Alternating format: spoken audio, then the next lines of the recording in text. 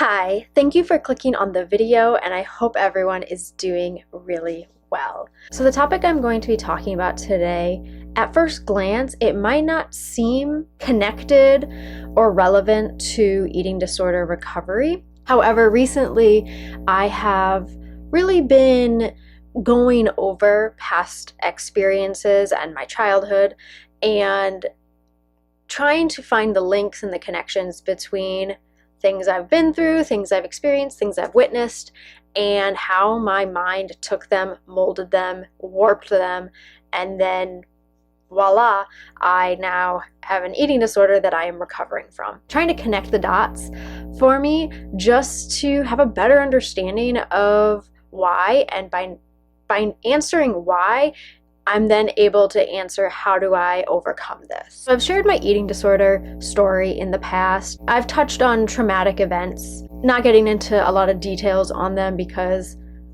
this is YouTube and we got to keep it like PG. I've hinted at things, I have, mentioned things. One thing I haven't gone too deep into or given a lot of insight on is my religious upbringing. And it's only been in the past few months that I've really started to connect that religious upbringing and some of the teachings that were instilled in me at a young age, how those translated into me completely rejecting and hating my body. That is what I want to talk about today. It has been in recent years that I have become aware of the concept of purity culture, although through research, apparently it's been around since the 90s, and I was just, living in it without knowing I was living in it, and that's kind of disturbing. So first, I'm going to just give a pretty generic definition of what purity culture, just in case you yourself have no idea what that is. Purity culture has come to be known as a subculture of evangelical Christian culture that emphasizes strict gender roles and norms, abstinence, and modesty. The basic teachings differ for males and females in some ways, although the message of abstinence only was the same across the board. So, abstinence for everyone until you're married. This definition specifically is talking about Christian purity culture. However, purity culture does appear among many religions and many cultures around the world. Today, I will be specifically talking about Christianity and purity culture. However, you can probably take what I'm saying and apply it to other religions, other strict organizations, other cultures that teach the same things to their children. Abstinence and modesty are probably the two big components to purity culture, hence the purity part, because without modesty and without abstinence, you are dirty. Really great messaging to tell young children that they are dirty. So I'm going to try to give a really brief summary of my religious childhood. I'm really going to attempt, but there's so many little things that really do play a key role in who I am. It's going to be hard not to go into every little nitty-gritty detail that I lived through. But let's just start at the beginning. I would not say that growing up my parents were super strict religiously. My education from preschool through high school, not public. I went to a private Christian Catholic school my entire life up until college. That was important, but the real reason my parents sent myself and my siblings to the schools that we were sent to was not really for the religious aspects. There are kids who are sent to these schools because their parents want them separated from secular teachings, whatever. My parents looked at the education that is provided in public schools and the education provided in private schools, and statistically, private schools tend to have better education. Their students tend to come out more intellectually rounded. Education, knowledge, being intellectual is probably one of their fundamental principles that That's why that's why my parents are married to each other, and also they wanted to instill that in their kids, is education is very, very important, and that is why we were sent to private school. The elementary school that I attended, not super religious, while it being a Catholic school, a lot of people referred to it in the area as the anti-Catholic Catholic school. You can do with that information as you will. So up until about the age of 14, religion was just a class at school, and church was a thing I went to twice a week, Sundays and once during the week at school. I participated in church activities like being an altar server, so the person who assists the priest up on the altar during church. I did that because that was like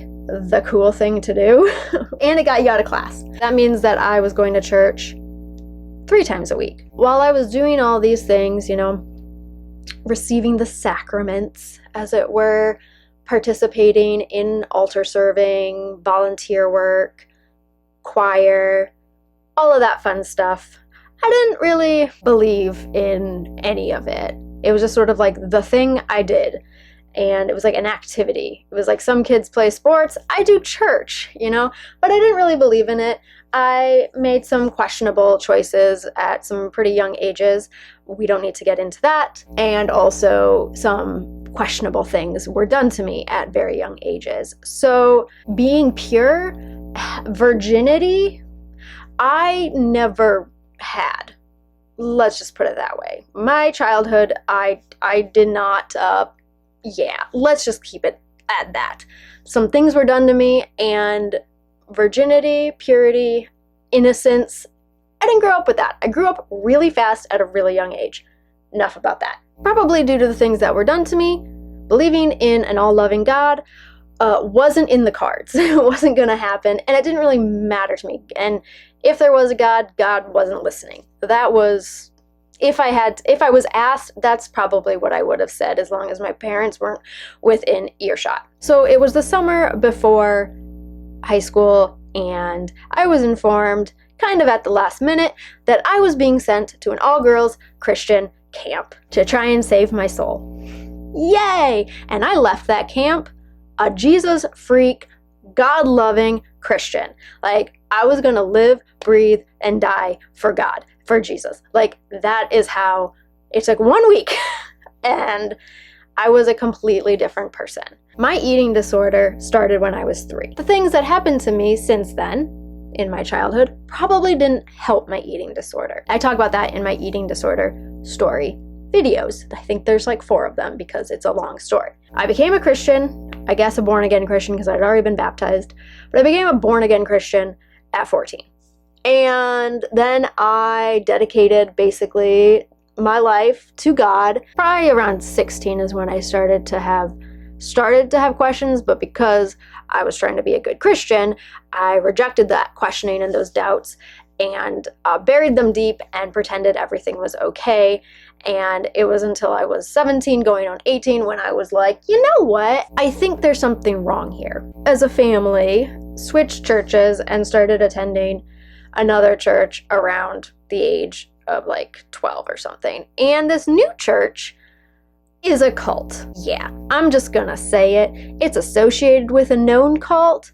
It itself is not a cult, but majority of the members are part of a known cult that I'm not going to say the name of or names of because there's multiple names for it, but it is part of it. And the high school I attended, I found out like a couple months ago, is also founded by and curated to this cult. Yay! I also failed to mention the all-girls Christian camp that I attended was also run by and associated with this known religious organization. It's a cult. So there is a contradiction within purity culture, and that is that the female human body is a treasure and is sacred. But it also can cause sin in men. It can cause you to sin. And sin is the ultimate evil. Therefore, your body is a vessel of evil. So if our body is a gift to be given, we are objectified. And our bodies are objects of desire, which is again sinful. Being taught these contradictory subliminal messages at a young age, teaches women to hate our bodies. There are so many women who say the same thing, that they feel evil because of the messaging of purity culture, when we have done nothing wrong. We simply exist, and in our existence, we are evil. But yet, we're also sacred. Our bodies are special. From a young age, purity was not something, I didn't know what it meant to be pure, because my purity was stolen from me at a very young age. If a person can possess purity, I don't really know how I feel about that. Virginity is a made-up concept, not a real thing. For the sake of the video, my virginity was taken from me. I have never been able to freely give it to somebody. I have never been able to bestow it as a gift to somebody. That is not something that I was basically never going to be able to do because of what happened to me. So I become a Christian. I make a promise to God that from this point on, whatever remains of my purity, it's going to be for my future husband. And yes, I wore a purity ring from the age of 16 to 24. Even after I left the church and denounced the church, I still wore it. So I'm trying to live this good Christian life, loving Jesus, living for Jesus, doing everything for Jesus. Like, you have no idea. And I'm trying so hard. And then I'm physically hurt by someone I trusted at church, and my whole world shattered. This is my safe haven. This is where I go to be with the love of my life, Jesus, and I'm destroyed in it.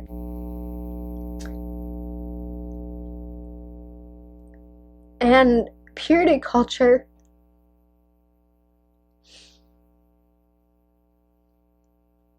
teaches you that it's your fault. I come to church to pray and be with God, and it's somehow my fault that someone older than me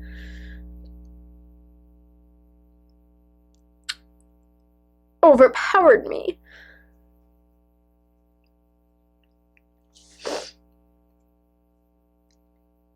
And then a week later, when he brags about it to everybody at church,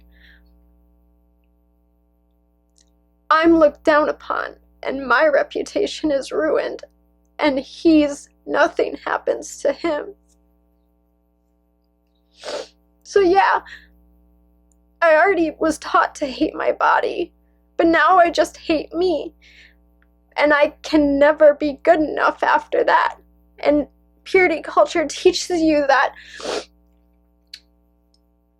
you're used up when something like that happens to you, that you're broken now, and who's gonna want someone who's broken? So every time I looked in the mirror, I saw something broken, like I broke it. But now looking back, and I didn't think I was gonna get this emotional about it, but someone did that. Someone broke me. I didn't break myself. It's not my fault. I didn't do it to myself. Someone did that to me. And that is something switched in me. By simply existing in a culture that says existence of a woman is evil, then I have to do everything in my power to change my physical existence, to make sure no man ever looks at me with sinful eyes. But newsflash, you can make yourself as ugly and hideous and emaciated as possible, and men are still gonna hurt you. So that didn't work. It put my eating disorder into express mode, and that is when it really went off the deep end and was the worst it probably was in my life. Basically death. Death was gonna take me pretty quickly from how bad it got. Whew, okay. took a moment to calm down. Really try not to make this video too much longer. The last thing I want to talk about is just body dysmorphia, because that's what purity culture teaches you, is body dysmorphia. It teaches you to view your body in a very specific way. And if you don't view yourself in that specific way, you feel like something's wrong with you. It's a trickle-down effect, and it's suddenly you're unable to really see your body. You're starting to pick apart flaws that aren't really flaws and aren't really noticeable to anyone else but you. Your reflection starts to transform into something it's not, and then you start to convince yourself that that perception is reality, when again, it's not. And it can all be linked back to these church teachings, this purity culture nonsense that is instilled into young girls at a very, very young age. Men's actions are not our responsibility. It is the responsibility of the person acting to take responsibility for their actions. This has been something that has been on my mind recently. Things in my personal life have just been coming to light from my past, not necessarily like memories, but like just outside things were happening, and it is directly making me think and wonder and connect the dots, as I said. So I apologize if this was a completely convoluted roller coaster of unorganizedness, but it is something I wanted to talk about, and I wanted to talk about it while it was fresh in my mind. I feel like there's probably a lot of people out there who have very similar stories to mine, very similar experiences in purity culture, and how it has kind of, ruined us in a way, but it doesn't have to continue to ruin us if we just work on our mental health and break free of the bullshit that is purity culture. I am going to end the video, so thank you so much for clicking on the video. I really do appreciate it. If you enjoyed it, please give it a thumbs up. If you did not enjoy it, you can give it a thumbs down. That is cool too. I don't mind. If you are not subscribed already, please consider subscribing, and be sure to hit the notification bell to stay notified of all future uploads. If you have any comments, questions, video suggestions, anything at all, feel free to leave that in the comment section below. Be sure to go follow me over on Instagram, and I will see you next time. Bye!